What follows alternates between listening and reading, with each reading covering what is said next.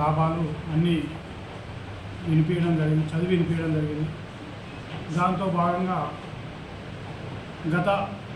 మేము ఎక్కి 4.5 సంవత్సరాలలో గతంలో ఉన్నదానికంటే అప్పుడు 2 కోట్ల క్రాప్ లోన్ ఉండే ఇప్పుడు 9.5 కోట్ల క్రాప్ లోన్ ఇవ్వడం జరిగింది. అప్పుడు 65 లక్షలు ఎల్టీ లోన్ ఉంటే ఇప్పుడు 7 కోట్ల చిల్లర 55 లక్షలు మనం ఎల్టీ లోన్ ఇవ్వడం జరిగింది.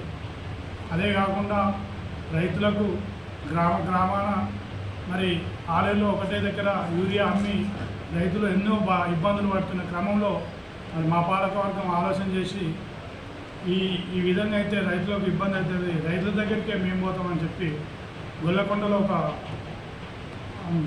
మిల్లు ఒక షాప్ ఓపెన్ చేసి అక్కడ కూడా యూరియా ఇవ్వడం జరుగుతుంది.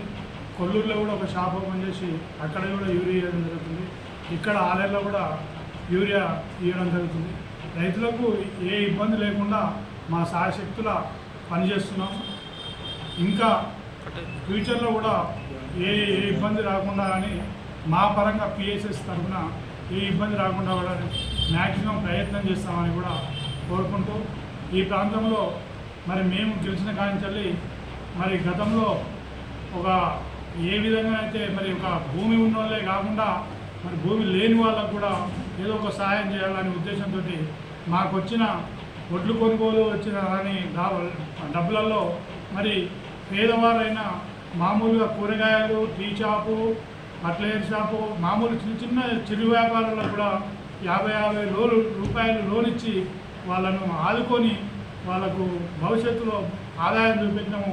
నిన్న కాక మొన్న ఒక రైతు వచ్చి నా దగ్గరికి వచ్చి అన్నాడు, 50,000 రూపాయలు ఆయనకి ఏ భూమి జాగలేదు, ఒక మన దగ్గర ఉన్న సొసైటీలో ఉన్న భూమి ఆయన షూరిటీ పెడితే నేను 50,000 రూపాయలు అనామతం ఇస్తే ఆయన కిరాణా షాప్ పెట్టుకొని 50,000కు ఈ అప్పు తీరే వరకు నేను 50,000 సంపాదించుకున్నా.